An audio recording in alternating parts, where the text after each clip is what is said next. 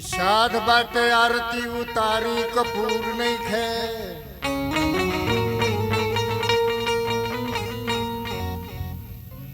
साध बाटे आरती उतारी कपूर नहीं खे।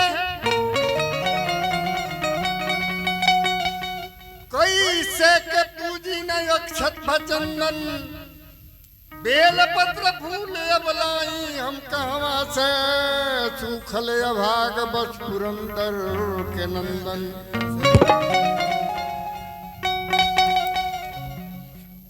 श्रोता समाज खातिर बात देखी कि भाव भरल गंगा हिल कोरेली हियरा में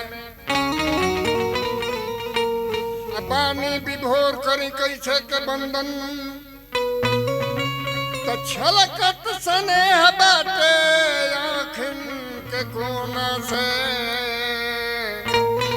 तो लोरे के समूझ ले बापन अभिनंदन।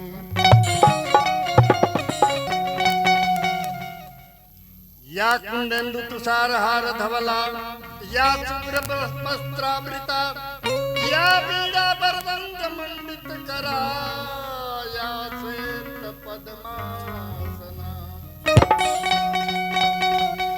या ब्रह्माच्युत शंकरा प्रभृति देव सदा वंदिता सा माम पात सरस्वती भगवती निशेष जड्याम पहा।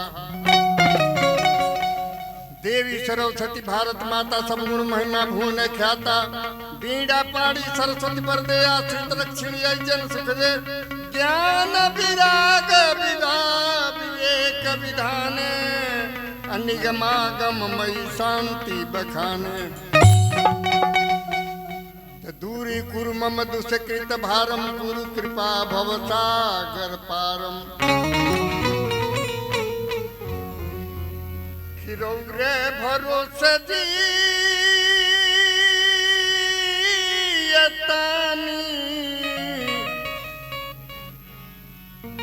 रौरे भरोसे जियतानी जय माई शारदा